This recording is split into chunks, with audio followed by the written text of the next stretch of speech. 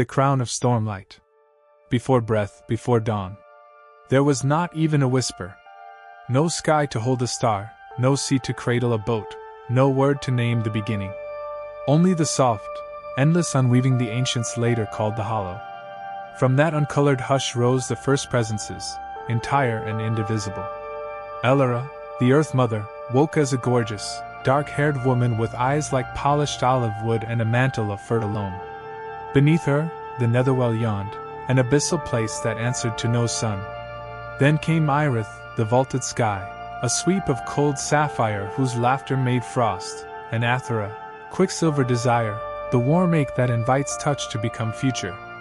Night unfurled as Nycra, a queen in obsidian silk, shadow gathered as Erebin, whose footsteps were the quiet between flames.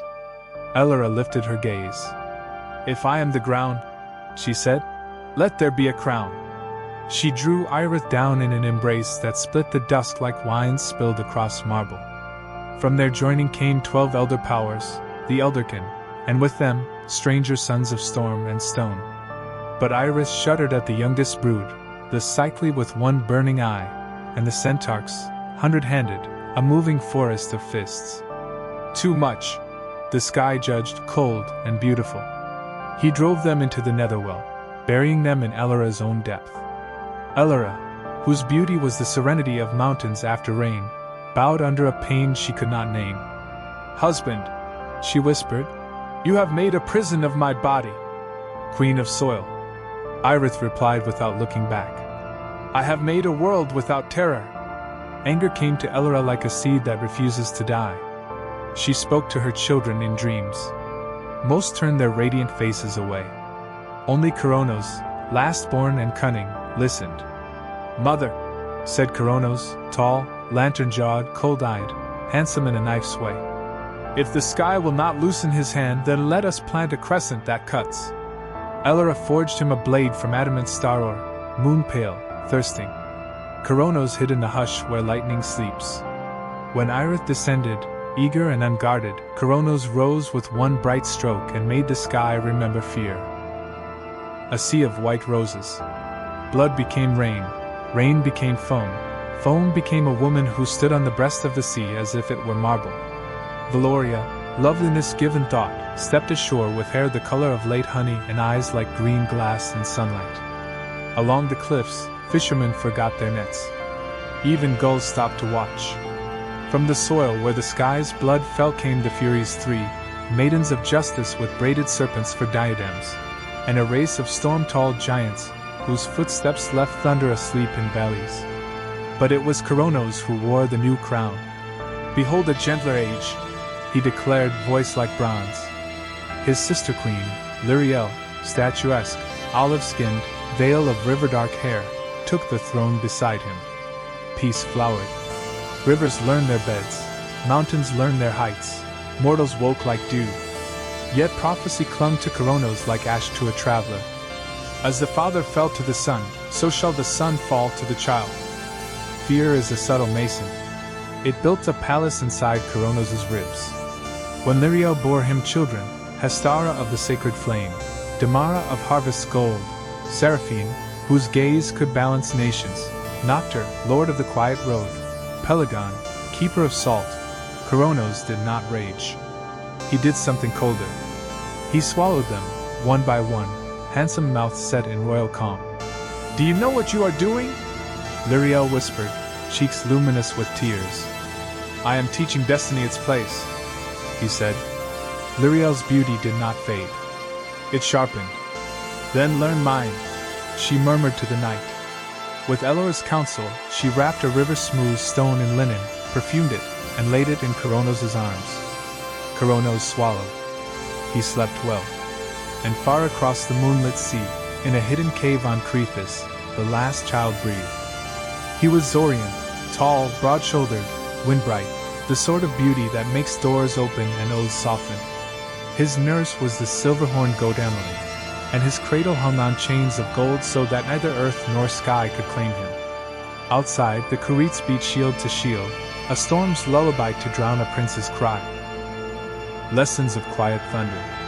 Zorian grew where the cave sang of old waters. Nymphs taught him constellations. Emily pressed warm milk on his tongue. The Curetes clashed browns like a promise. He learned to listen to stone. He learned to smile like a sunrise nobody owns. One night, when the sea wore its mirror face, Elora herself came, tall, olive-skinned, beauty grave and patient as winter wheat. "My grandson," she said, palm cool on his brow. "You were hidden to become unhidden." "Hidden?" Zorian echoed, voice already rich. "From whom?" "From a fear that mistook cruelty for wisdom." Later, under a curtain of fig leaves, a woman with eyes like deep wells visited him. Metheus, quiet-voiced, hair braided with river light, spoke of potions older than starfall. "You will not win with spear alone," she said. "Take the draft. Make the tyrant yield to his own memory." Zorian, prince handsome and gentle-eyed, touched the rim of the stone cup. "I don't want my father dead." Metheus's smile was the curve of a scythe. "Then give him back what he took and let the world decide the rest." When the tides were right, Zorian entered Koronos' hall disguised as a cupbearer. Lyriel saw him and did not gasp. Her lips only parted as if a long-held breath had finally found escape.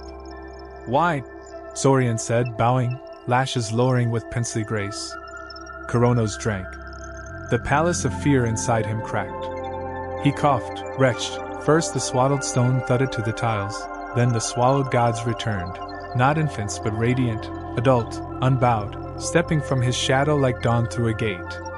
Hastara kindled every hearth. Damara breathed and the wheat stood higher.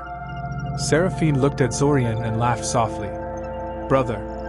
Noctur took the measure of darkness and nodded. Pelagon rolled his shoulders like a tide finding a new moon. "Your reign ends at the mercy you refused," Lyriel said, and her beauty was a blade. The 10-year storm, the Titanomachy, recast. War did not come all at once. It came as a long rain that insisted, a conversation the mountains could not stop overhearing. On one side stood Koronos and the Elderkin, tall as memory, terrible as law. On the other, the bright court, Zorian and his 5 returned siblings, their hosts of river, cloud, grove, and embers. At first the Elderkin won. Lightning favored habit, stone favored weight. Zorian dreamed of defeat and woke with salt in his mouth. In the 9th year, Elora's voice braided through his sleep. "Find who your grandfather buried." So Zorian descended to the netherwell, alone but for the courage that looks like tenderness. There he found the centaurs, Barracks, Kidder, Gale, bound in iron that had forgotten its own fire, and the Cycli blinking through pain. "I was a secret child," Zorian said, kneeling, tall, handsome, cloak unfastened at the throat, every inch the hero legends borrow from. "You were secret brothers. I cannot free myself without freeing you." Chains snapped like old oaths. The Cycli repaid him with craft. To Zorian they gave the storm spear, to Pelagon a trident that breaks harbors from their sleep, to Noctur a helm of unseen roads. When the armies met again in the vale of Thessera, bronze hummed. Barracks hurled mountains like a child's stones. Kidder laughed the way rivers laugh when the bridge is unwise. Gale clapped and thunder forgot whose language it was. At last Koronos faltered, not from blade, but from breath, prophecy completing its circle. Bound in chains that remembered mercy, he and his brethren were lowered into the netherwell. Above, the sky cleared as if the world had wiped its own brow. Zorian did not shout. He only looked south, where a plume of smoke wrote a single sentence on a blue page, "Not yet." Typhara, the mountain's daughter. Elora is older than apology. She loved Zorian and still remembered Iritha's wound. With the netherwell itself she conceived a last child, Typhara, not a man of serpent limbs but a woman vast as a stormfront, beautiful the way a wildfire is beautiful. Her hair was a nest of embers, her eyes were calderas, her shoulders carried ridgelines the maps had forgotten.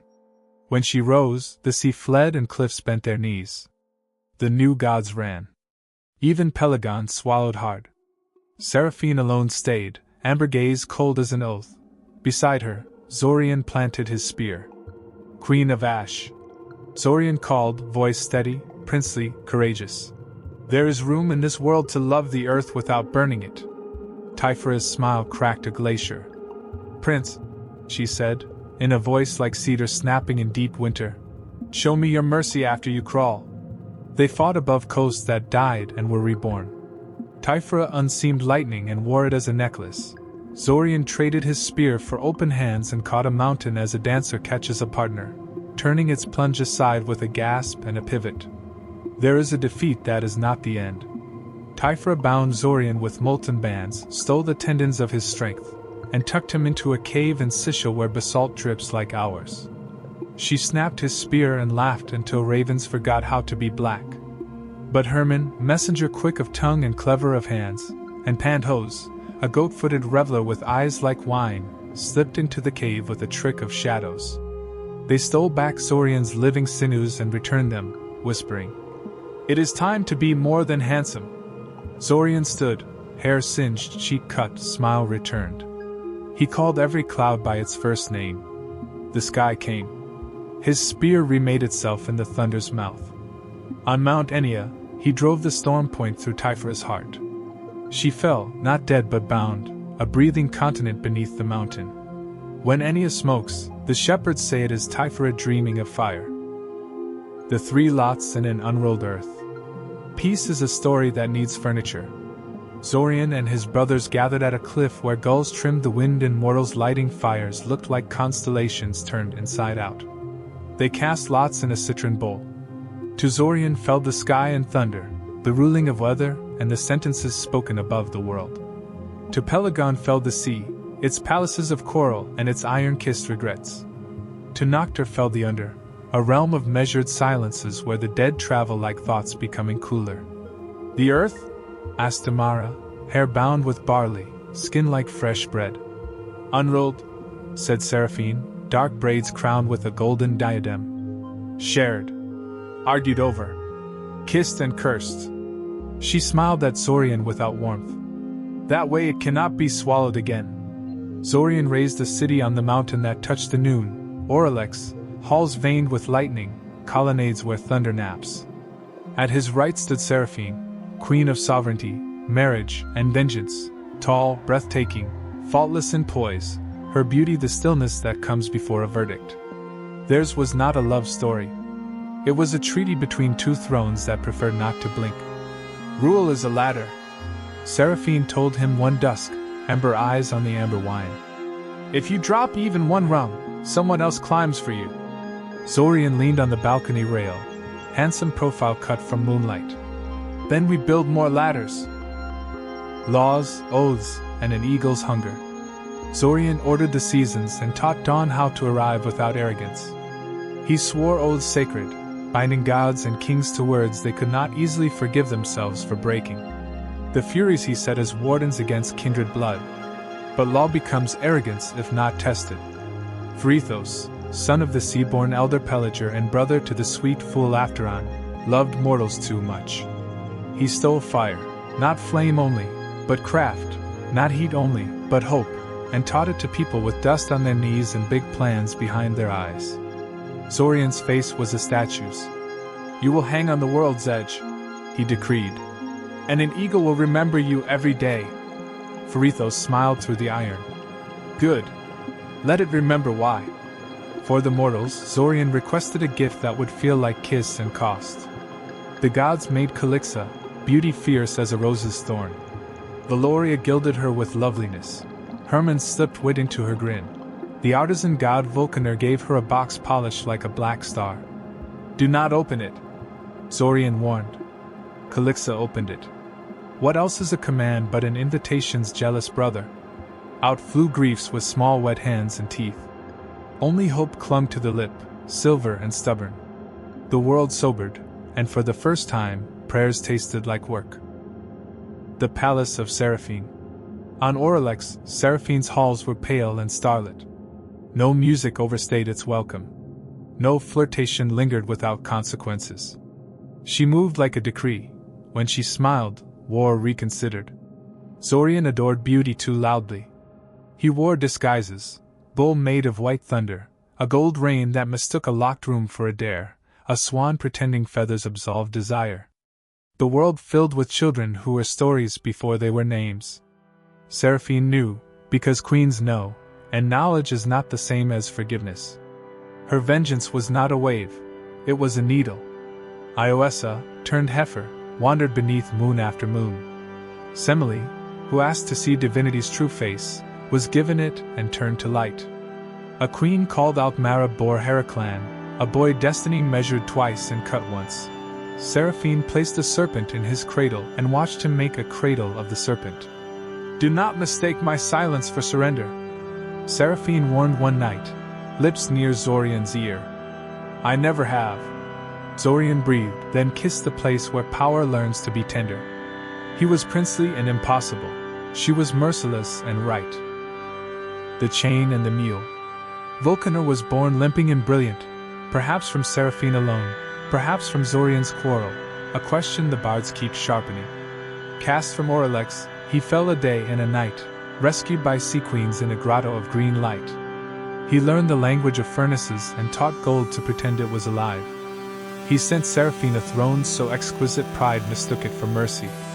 When she sat, invisible bonds clasped her. The gods pleaded, Vulcaner refused. I have no mother, he said, jaw cold. It was Dionyx, wine-kindled wanderer, who brought him home on a mule with bells for laughter. Vulcaner freed Seraphine, reclaimed his place, and built wonders no hymn can measure, doors that answer to blood, chariots that dream of storm, nets finer than permission. Veloria loved Arin, war's red smiling son of Zorian and Seraphine. Lust is a god's language, marriage is a god's math. Vulcaner caught them beneath a web of light and dragged them before the hall. The gods, being gods, laughed. Vulcaner, being a craftsman, did not. He returned to his forge and taught sorrow to take the shape of a sword. Strathea from the Thunder Skull. There was a whisper that Zorian would father a daughter wiser than her mother, and a son who would unking the sky. Prophecy loves two-part songs. Metheus carried Zorian's child, a fact and a risk. Before the risk could ripen, Zorian swallowed Metheus whole. Wisdom does not drown, it permeates. Metheus nested behind his brow, making every thought weigh a little more than before. Zorian's temples hammered with a pain that made noon look crooked. Strike me, he commanded. Gladly, Vulcaner said, lifting a bronze axe that still smelled like its ore. He split the king's forehead, and from the hem of that wound leapt Strathea, tall, armored, devastatingly composed, with a face too beautiful to be kind and too kind to be cruel. An owl perched on her shoulder. Justice settled along her spine like a promise. Strathea did not coo. She cried a war shout so clean it polished the air. Zorian placed the aegis on her arm, and all the hall suddenly knew what order sounds like when it remembers it has teeth. The olive and the horse. A coastal city without a patron is a feast without salt. Sekros, first king of a jagged cape, held out a crown of laurel. Pelagon, offered a storm horse that could run across wavetops or a briny spring that never slept. Strathea planted an olive, wood for tools, fruit for hunger, oil for wounds, peace for a people learning how to wake slowly. The citizens chose the olive. The city took Strathea's name and kept only the consonants, as mortals do when gratitude turns into ownership. Her statues watched the gates. Her shadow taught the docks to count. But pride is a thread that frays even holy garments. A Lydian girl, Arachnia, wove tapestries that made the moon forget its chores. When told the goddess must have taught her, she laughed. The loom listens to me, not to thunder.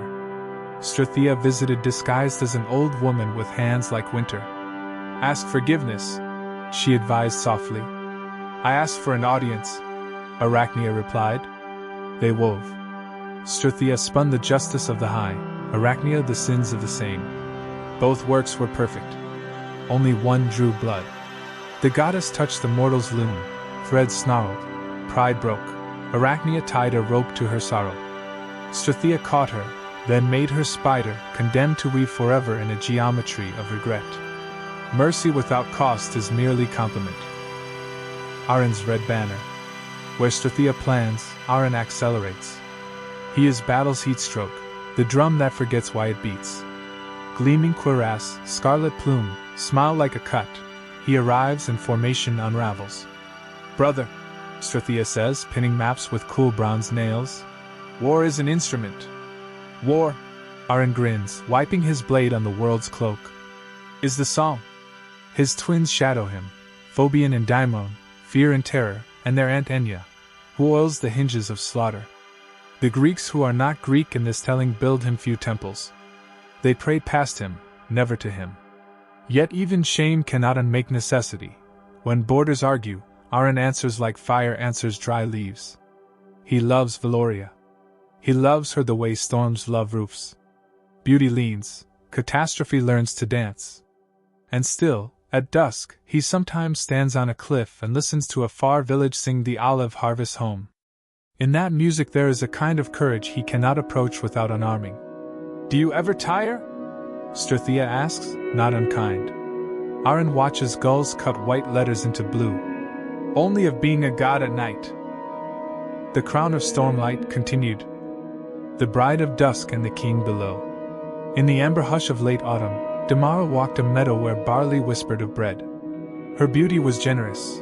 Dusk-brown skin, hair like sun-warmed straw, a smile that made old men remember planting.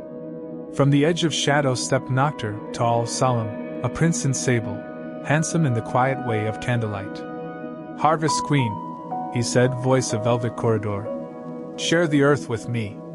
I already do, Damara teased. Mortals eat, I forgive their hungers. I mean, Noctur said, and a moth drifted between them. Walk my halls. Teach the dead to remember the taste of figs. She laughed, then paused. His gaze wasn't a trap, it was a promise. Beneath the world, he showed her orchards of stone trees with fruit of memory. Half the year, Damara proposed, I will dwell below and make grief edible. Half, I rise and feed the living. Done, said Noctur, and the pact became a season. When she descended, fields held their breath. When she rose, we'd applauded. Mortals sang. She returns.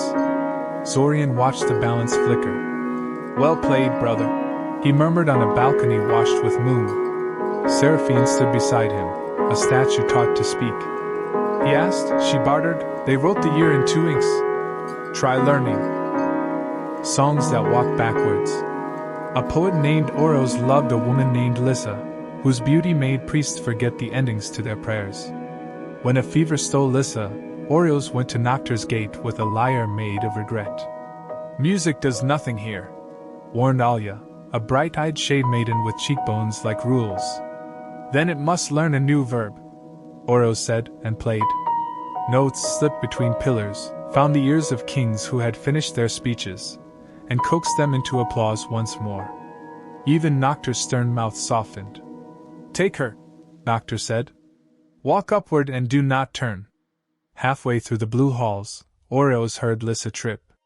He turned by reflex, the way a hand slaps a falling cup, and she vanished like a candle startled by a window. On Oralex's steps, Strathea met him. There is a discipline that loves more fiercely than turning, she said, not unkind. Oros bowed. Then I will teach it to my songs. He became a prophet of restraint, and mortals learn that grief can be tuned instead of silenced. The Prince of Thieves steals daylight. Herman, all smile and ankle, sweet-tongued, tall in the way quickness can be handsome, invented mischief in the morning and commerce after lunch. He stole Warren, the sun's horses, and hid them in a cave until the afternoon admitted how funny it was. Little brother, Zorian warned, thunder leaning in his throat. The world requires schedule. Herman flashed teeth. So do jokes, that's why they land. He returned the team and bartered forgiveness for a new office, messenger, broker, patron of travelers who talk their way past wolves. In gratitude, mortals built way shrines, small, white, smeared with oil and hope. Herman blessed them with safe bargains and the kind of lies that become true because everyone prefers the story where kindness wins. The Lion's 12 Doors. Heraclan grew mountain broad, prince handsome like Zorian but roughened by work, the sort of beauty wagon wheels flirt with. Seraphine's serpents in his nursery died of embarrassment. He knotted them into toys and napped. Let him earn his name, Strathea said, and set 12 doors between him and peace. He wrestled the Nemean, a lion with a pelt that shrugged off iron, by hugging it until its breath forgot math. He cleansed the Stygian stables by rerouting a river and laughing in the face of stench. He plucked golden apples from a garden tended by daughters of twilight, courting them with a courtesy that made even immortals forget to be wary.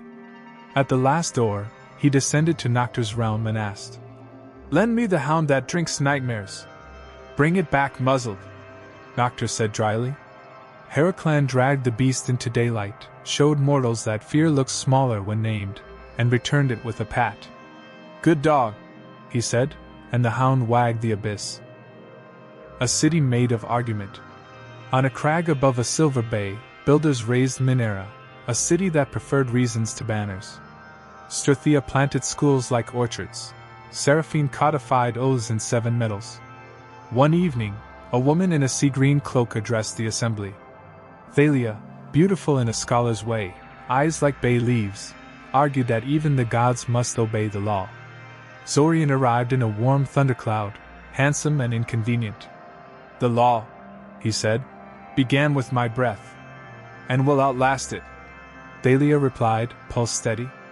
"Else it's merely preference with better weapons." Silence did the work of 1,000 symbols. Strathia's mouth twitched, nearly a smile. "Seat her," she declared.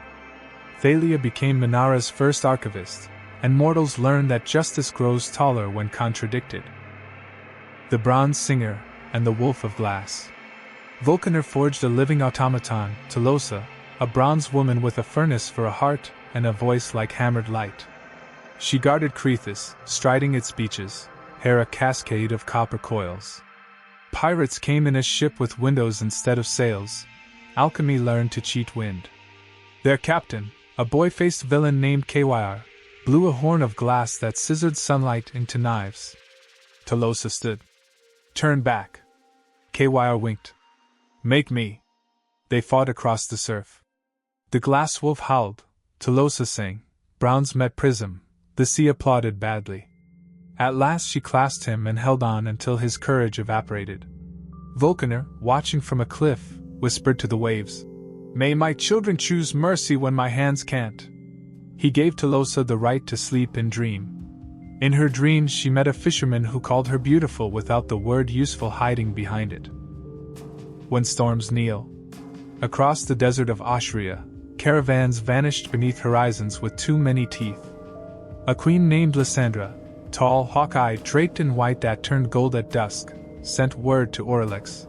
"Send rain or reason." Zorian came with clouds braided like a horse's mane. Lysandra met him on the palace roof. "Thunder King," she said, "we bring our own water, but the sky steals it at night." Herman peered from behind a column. "Highness, that's not theft, that's evaporation." "Then arrest evaporation," Lysandra said, and did not blink. Zorian laughed, a warm storm rolling off the tongue. He taught Oshria to build skywells and to trap fog in nets. At the first harvest, Lysandra raised a cup. "Gods who teach instead of taxing," she proclaimed, eyes glittering. "May stay for dinner. Flirt later," Seraphine advised Zorian without moving her lips. "I'm not flirting," he replied, entirely flirting. The rain decided to come every spring just to watch them try not to. A trial of fireflies. A shepherd boy named Mycon told the people of Thyr that a willow down by the river had spoken a law into his ear. He built a shrine. It collected coins. Strathia arrived hooded, Serena beautiful in bronze and patience. "Let the willow speak again," she said. Mycon's eyes shivered. "It prefers privacy." Strathia tapped the trunk. Fireflies woke, forming letters in the dark. "This boy is inventive." "I am a tree." The crowd snorted. "Punish him softly," Seraphine instructed the magistrates. "Deceit that fed the poor is a cousin to wisdom." Mycon scrubbed streets for a month and then became keeper of the public granary, where his talent for rearranging scarcity saved more lives than a miracle with better lighting. The night the moon fell in love.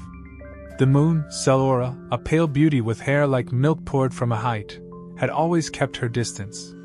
Looking down, she fell for a mortal archer, Endymion. whose profile could slice fruit.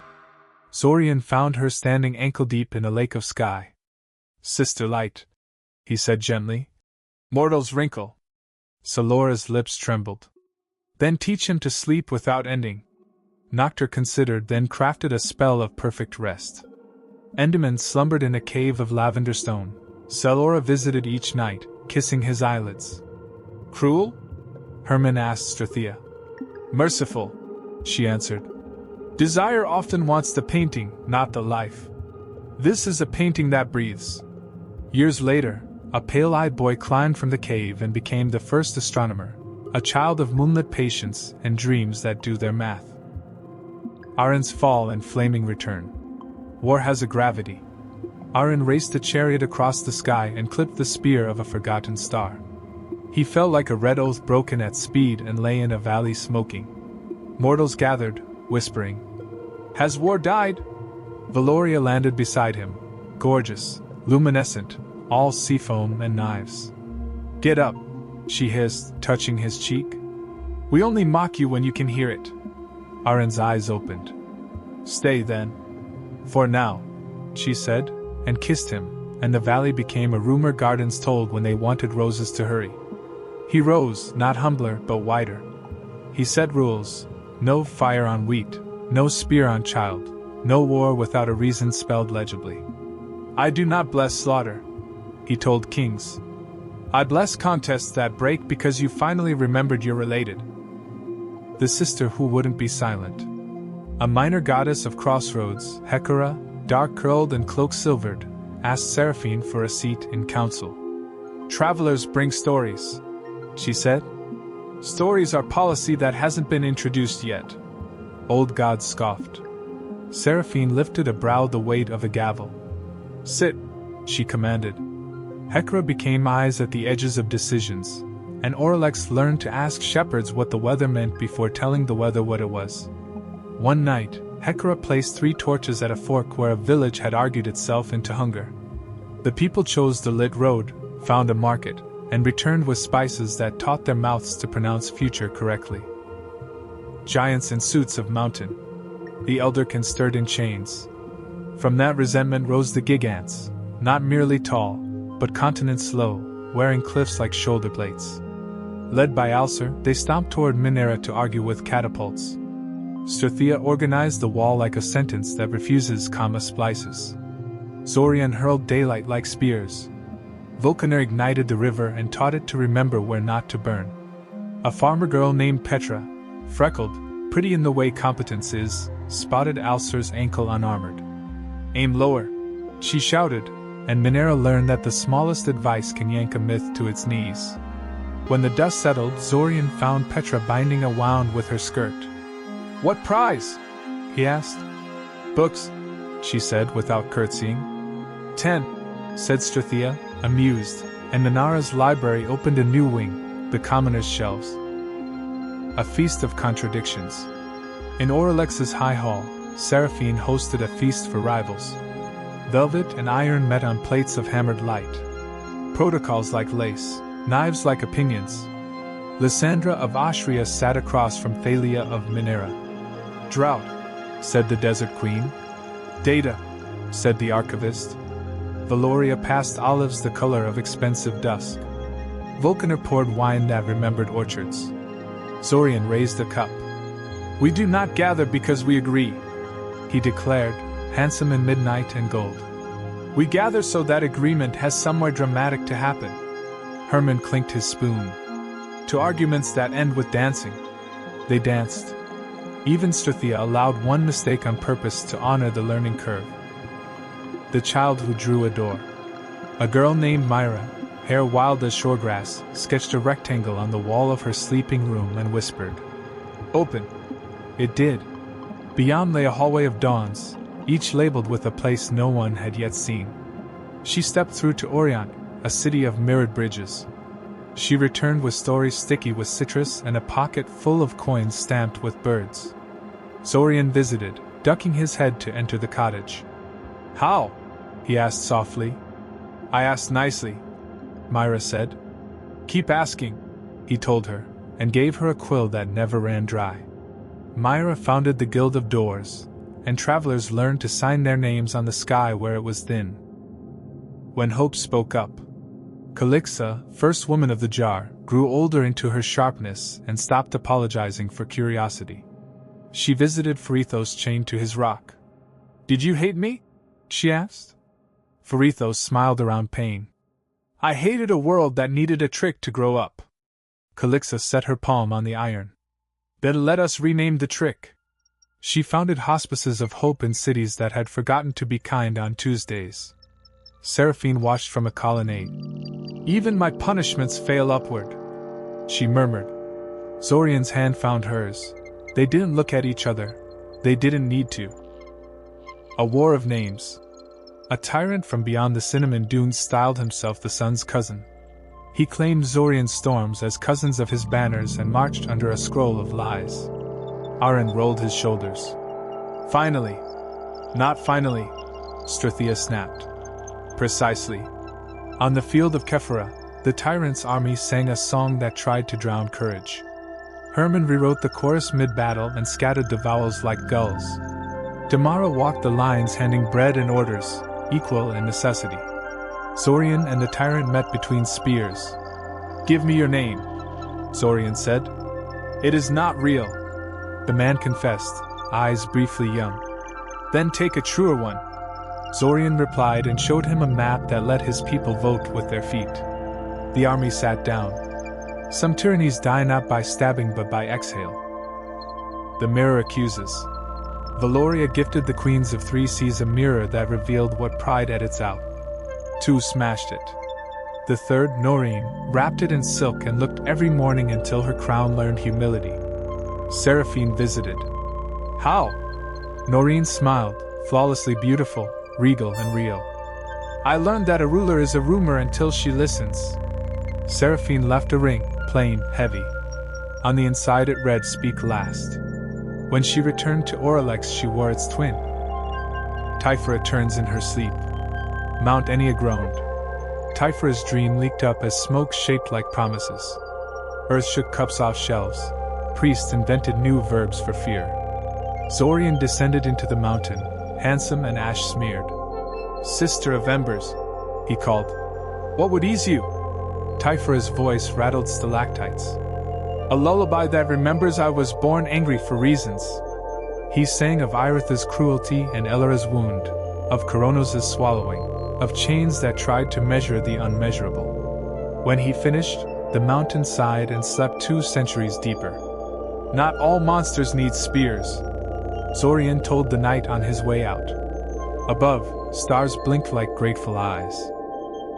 The boy who ate lightning. A child in Thessera swallowed a spark and started speaking in forecasts. "Tomorrow," he told his mother, "you will meet a kindness in red shoes." She did. Strathea tested him with riddles that wore helmets. He answered none, then pulled open a window and pointed at a storm that existed 2 hours from now. "Let him be," Zorian advised. "Some futures prefer children." The boy grew into Severon, first weatherite, building houses that moved away from floods like polite guests giving a dance a room. Cities learned choreography with the sky and started winning. Seraphine's quiet rebellion. In a moonlit portico, Seraphine met with Thalia, Hecora, Noreen, women whose beauty was sharpened by consequence. "I am not your ornament," Seraphine said. "I am co-architect." "We know," Thalia said. "Then help me build courts that do not require thunder to remember fairness." They drafted the 9 measures: transparency, consent, proportion, remedy, remembrance, audit, refuge, revision, and wit. The last confused men. It saved the most lives. Zorian signed them with rain. "Queen," he said, sincerity an unfamiliar jewel on his tongue. "Teach me to deserve this age." Seraphine did. The ship that sailed the sky. Vulcaner, Herman, and Strathea argued in a workshop that smelled like storms and cinnamon. The result was the Aerolith, a vessel that rode wind like an author rides rumor. Its prow was an owl, its wake was a new trade route on air. Lysandra captained the maiden voyage. Zorian watched from a cliff as she cut a silver line across sunset. If she dies, he whispered, I will be insufferable for a century. She won't, Seraphine said, eyes soft for the length of a blink. We gave her our best verbs. The last mask of Koronos. In the netherwell, Koronos learned patience with the weight of a mountain on his sigh. A cult smuggled him a mask of jet that let his voice out in dreams. A prince of a small island, cheekbones, ambition, the usual, woke to a whisper. Swallow your rivals. It is efficient. He tried. Minara's archivists caught the metaphor trying to become literal and prosecuted it in public. The mask cracked. The cult learned boredom. Koronos sulked a decade and then began, to his surprise, to enjoy silence. A tournament of apologies. Strathea invented a ritual in which leaders competed to apologize best. Points for specificity, restitution, and jokes that made the injured laugh without hating themselves. Aaron watched, baffled. You're turning war into paragraphs. Into bridges, she corrected. Zorian competed once. He lost to Calixa, who apologized to the world for opening the jar, and then listed the hospitals she had built. I like losing to that, he admitted, almost proud. The Orchard of Stars. Salora plucked 5 dim stars and planted them in a mountain meadow. They grew into trees whose fruit tasted like patience. Children who ate them learned to count to forever without getting bored midway through the idea. Herman tried to sell the fruit. Strathea fined him exactly the amount it hurt, but left him the recipe for lemonade that made arguments end sooner. Cheaper, she said. He grinned. And tastier. When the sea forgave the storm. Pelagon and Zorian quarreled for a season. Waves slapped thunder. Fishermen hid under tables. Lysandra sailed into the feud on the aerolith, hair whipped into punctuation. Boys, she said. They glared, handsomeness weaponized. Trade, she suggested. 1 month of sky to the sea. 1 month of sea to the sky. They swapped realms. Zorian learned tides. Pelagon learned clouds. At month's end, storms came with maps and the sea with warnings written in foam where everyone could read them. They embraced on a cliff and laughed like brothers who finally found a game they didn't need to win. A feast for the dead. Noctur opened his gates on a single winter night to let families dine with their gone. Tables of stone, candles trained not to drip, songs woven to hold tears without spilling them. Damara served pomegranate stew. Eat slowly, she advised the grandmother who had more stories than ours. Thank you for borrowing me back, the old woman told her living. When dawn took its boots off at the threshold, the dead rose smiling. The living returned to a world that felt held instead of dropped. The law of doors. Myra's guild of doors grew rowdy. Some walked where they shouldn't and sold sunsets by the vial. Seraphine convened a hearing. Doors are invitations, Hecora argued. Invitations need hosts, Thalia countered. Myra stepped forward, beautiful in sea salt and ink. We will mark every door with its cost. Approved. Travelers learn to pay with stories, and the universe, who collects tales like seashells, smiled and set out more shores. The Crown of Stormlight continued. The city that dreamed in public. Minera began hosting open dreamings, nights when citizens slept in the amphitheater and described their dreams at dawn. Strathea listened, pen quiet. Thalia mapped patterns. Hecora lit 3 torches for courage. A mason dreamed of a bridge with no middle. Vulcaner sketched hinges of wind. Herman negotiated with the breeze. By harvest, a singing span crossed the chasm, humming softly in fair weather and growling before storms. Architecture, Seraphine said, gliding beneath the arch, is a contract between gravity and nerve. Like marriage, Zorian grinned. She did not smile, but her eyes did. The daughters of Salt and Star.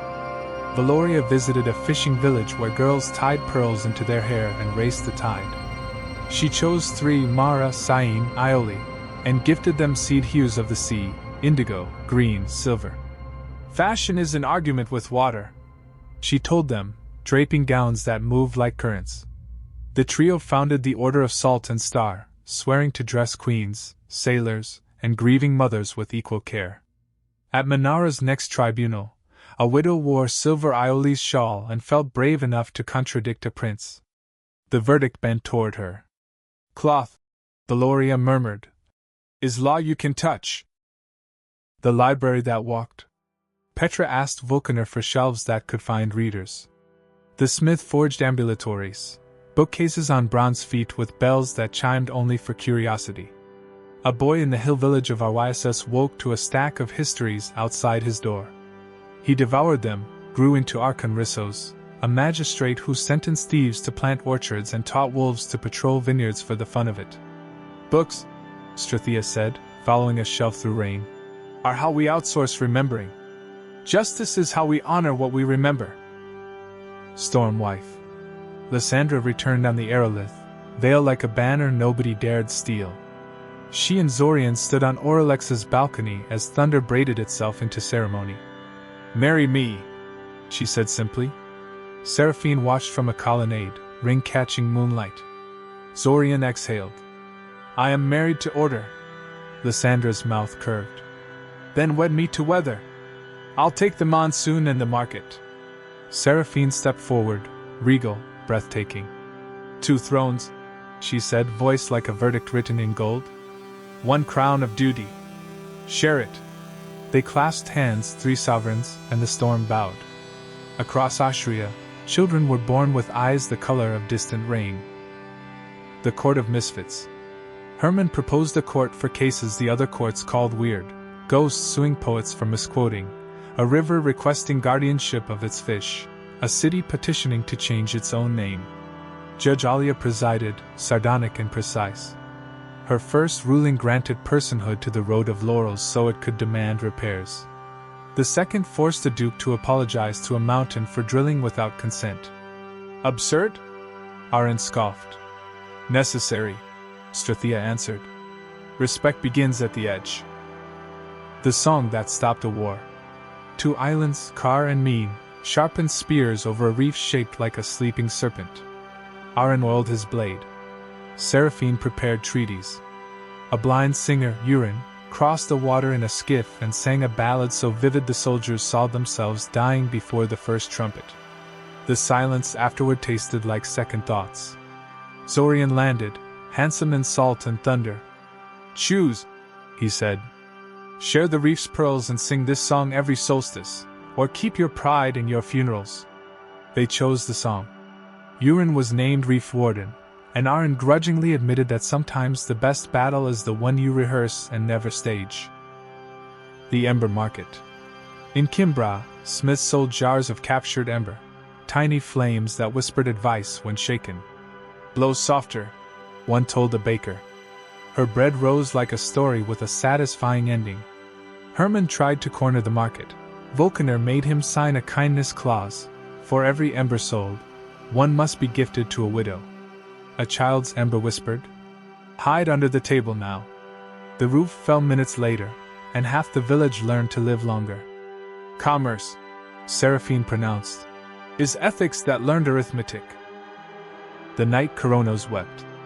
Deep in the netherwell, Koronos dreamed of Lyriel's hands, how they smelled of river mint and power. Chains creaked. No one saw the tear. Elora felt it.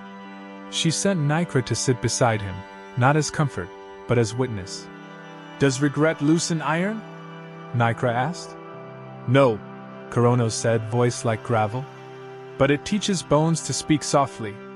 When the Earth Mother sleeps, she dreams of a meadow where former tyrants teach children to plant beans. Sometimes, a handsome man with hard eyes shows them how to build a fence without imagining a prison. The Tournament of Small Braveries. Strathea announced games not of strength but of civility. Who could yield the right-of-way with flair? Who could correct a friend without cruelty? Who could ask the most useful question? Winners received laurel pins that opened library doors after hours. Losers received invitations to dinner with someone they misjudged. Ridiculous, sneered a general. Revolutionary, replied Thalia. Empires fall for lack of manners long before they fall for lack of swords. The last ladder. The gods gathered on Oralex as a comet drew a white question across the sky. Mortals lit rooftops. The sea held its breath. Even Typhra turned in her sleep to listen. Zorian faced his family, Seraphine tall and pitilessly beautiful, Cirthea radiant in thought, Veloria gleaming, Damara warm as bread, Noctur grave, Pelagon salt proud, Aran bright with ruin, Hermon smiling, Vulcaner ember-eyed. "We have made an age," Zorian said. "Not because we were flawless, but because we corrected aloud." Seraphine slipped the heavy ring from her finger and pressed it into his palm. Inside, "Speak last." He closed his hand. "Then I will speak last," he promised, and for once did. The world answered with rain that smelled like new stone. Doors opened on every street. Children pointed at the comet and gave it names that sounded like futures. Above them all, the Storm King, tall, handsome, every inch the prince who finally deserved the crown, set the last ladder against the sky. And together, with queens whose beauty could halt armies and with mortals whose courage could restart them, they climbed. And so, the storm quiets. The gods rest. The fires of creation dim to a warm glow, and the world breathes again, shaped by hands divine and human alike. From the hollow's first whisper, to the last ladder of light, the tale of the Crown of Stormlight becomes more than legend, it becomes memory. But remember, every ending in myth is only a pause before another dawn. Somewhere, another name is spoken. Another hero wakes. Another love begins the war that will remake the heavens. Until then, keep your eyes on the storm, and your heart in the story. If you walk this path with us, through gods, fire, love, and thunder, then you are part of the myth now. Subscribe, share, and return. For the next story that the world forgot, until we remembered it.